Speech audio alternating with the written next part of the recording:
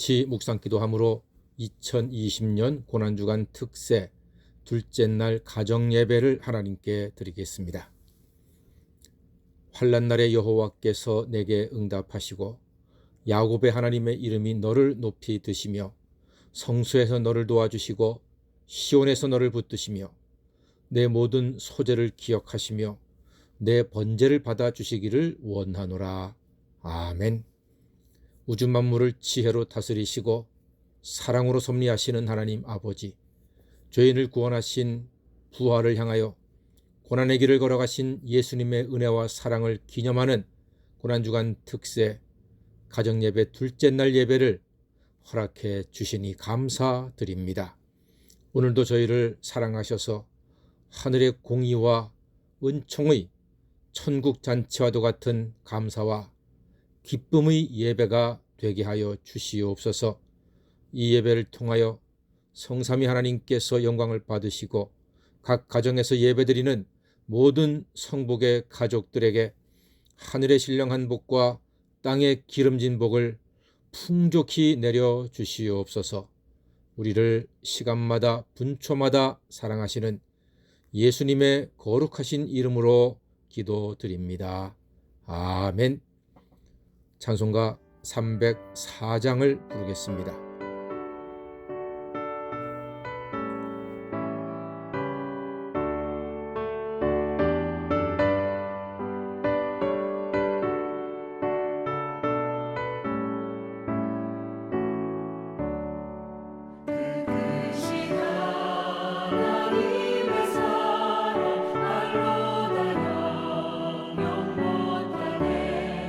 저 높은 별로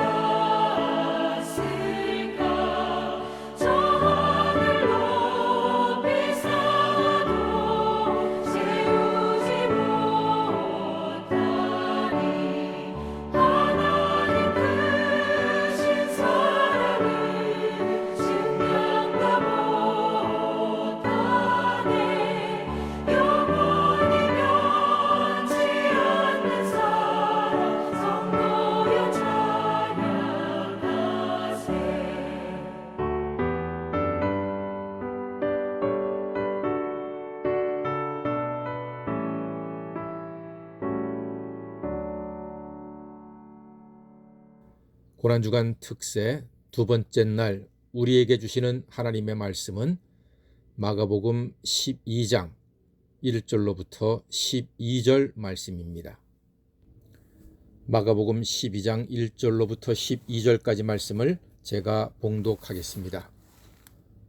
예수께서 비유로 그들에게 말씀하시되 한 사람이 포도원을 만들어 산 울타리로 두르고 즙자는 틀을 만들고 망대를 지어서 농부들에게 소를 주고 타국에 갔더니 때가 이름에 농부들에게 포도원 소출 얼마를 받으려고 한 종을 보내니 그들이 종을 잡아 심히 때리고 거저 보내었거늘 다시 다른 종을 보내니 그의 머리에 상처를 내고 능욕하였거늘 또 다른 종을 보내니 그들이 그를 죽이고 또 그 외 많은 종들도 더러는 때리고 더러는 죽인지라.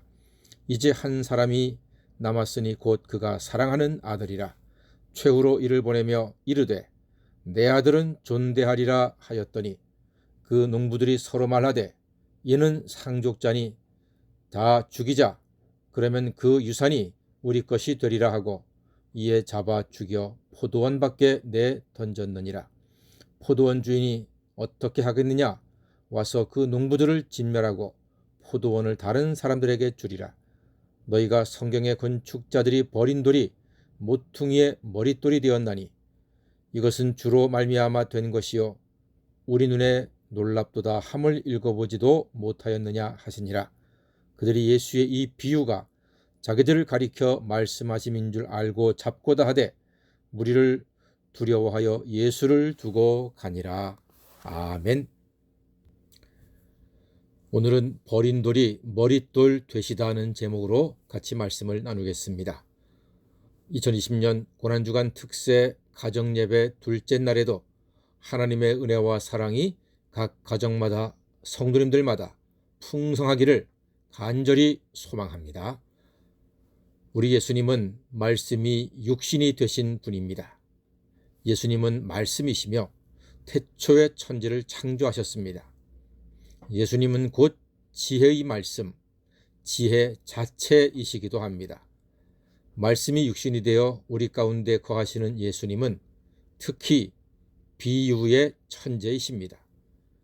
비유의 말씀으로 천국의 비밀을 우리 귀와 가슴에 쏙쏙 들어오게 가르쳐 주셨습니다. 그래서 예수님을 최고의 설교자라고도 합니다. 오늘도 비유로 말씀하십니다. 한 사람이 포도원을 만들어 농부들에게 세를 주고 타국에 여행을 갔습니다. 때가 이름에 세를 받으려고 종을 보냈더니 세상에나 그 농부들이 주인의 종을 때려서 돌려보냈습니다. 분명히 세로 주었다고 계약을 했습니다. 그럼 계약대로 추수를 하면 세를 내야 하는 법입니다. 그래서 주인이 참으면서 다른 종을 보냈는데 농부들이 종의 머리에 상처를 내고 능욕하고 때리고 심지어 죽이기까지 했습니다. 이거 완전히 세상 말로 양아치 짓 아닙니까? 의리도 없고 양심도 없고 상식도 없는 아주 못된 농부들입니다. 이쯤 되면 웬만한 세상 주인이라면 공권력을 동원해서라도 농부들을 제압하고 법에 호소해서 주인의 뜻을 성취할 법한데 오늘 성경의 주인은 다릅니다. 달라도 많이 다릅니다. 이 말도 안 되는 어찌 보면 너무나 억울한 상황에서 주인은 6절을 생각합니다. 이렇게 기록되어 있습니다. 이제 한 사람이 남았으니 곧 그가 사랑하는 아들이라. 최후로 이를 보내며 이르되 내 아들은 존대하리라 하였더니 라고 말씀했지요. 이것으로 보아 주인은 마음이 바다처럼 넓고 인내심이 태산 같은 분임이 틀림없습니다. 자, 그런데 결과는 어땠습니까? 과연 주인의 발행같이 농부들이 그 아들을 존대했습니까? 하였을까요? 상상할 수 없는 일이 일어났습니다. 7절, 8절 말씀에 보니까요. 그 농부들이 서로 말하되 이는 상속자니 자 죽이자. 그러면 그 유산이 우리 것이 되리라 하고 이에 잡아 죽여 포도원 밖에 내 던졌느니라 기록되어 있습니다. 이럴 수가 있습니까? 농부들이 주인의 아들을 죽여서 포도원 밖에 던져버렸습니다. 여기서 이 비유를 말씀하시는 예수님의 결론이 있습니다. 9절입니다. 포도원 주인이 어떻게 하겠느냐? 와서 그 농부들을 진멸하고 포도원을 다른 사람들에게 주리라 했습니다. 무슨 말씀입니까? 예수님은 이 말씀으로 당신께서 세상 사람들에게 미움을 받고 십자가에 달려 고난받고 죽임을 당할 것임을 예고하고 계신 것입니다.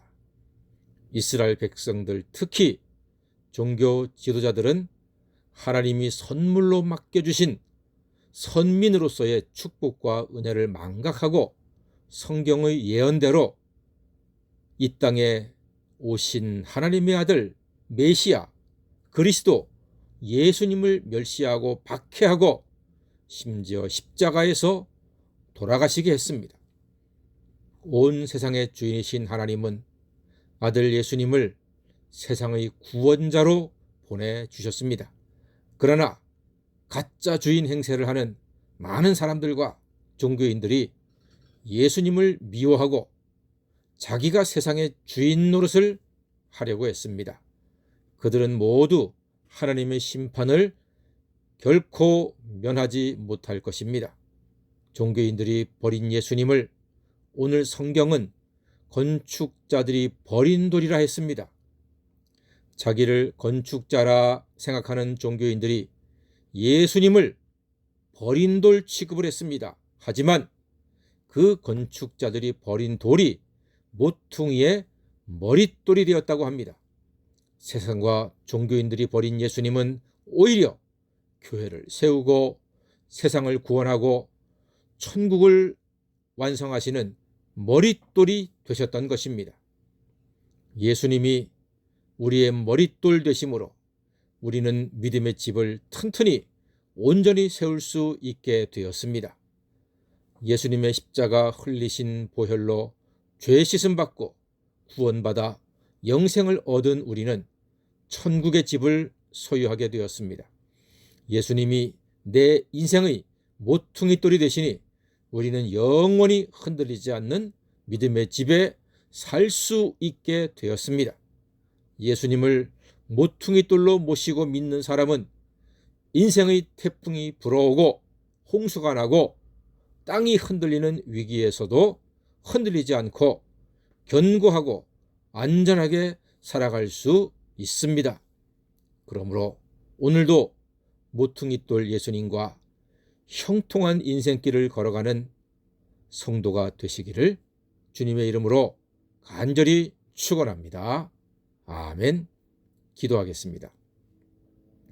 연약한 저희들에게 오셔서 모퉁이돌이 되어주시고 흔들리지 않는 믿음의 집을 지을 수 있도록 허락하신 우리 주님께 진심으로 감사를 드립니다. 주님께서 묵묵히 걸어가신 십자가의 길을 이 아침에 조용히 날아갑니다. 오늘 저희들이 종교인으로 살지 않고 주님의 제자로 살 수 있도록 도와주시옵소서. 코로나19가 한반도와 지구 위에서 속히 소멸되도록 성령의 불로 역사하여 주옵소서. 오늘도 수고하는 당국자들, 의료진들, 시민들을 주께서 보호하여 주시옵소서. 원하옵나니 우리 성도님들의 가정과 일터마다 하늘의 복을 내려 주시옵소서. 오늘도 운전할 때, 버스와 지하철을 탈 때, 길을 걸어갈 때에도 안전하게 눈동자처럼 지켜 보호하여 주시옵소서. 손으로 하는 일마다 잘 되게 하시고 어디에서든 예수님의 향기를 바라며 살아갈 수 있도록 도와주시옵소서. 나의 불신앙과 연약함이 주님의 십자가에 못 박히고 믿음이 새로워지는 날이 되게 하여 주시옵소서. 예수님의 이름으로 기도하옵나이다. 아멘. 다시 한번 기도합니다.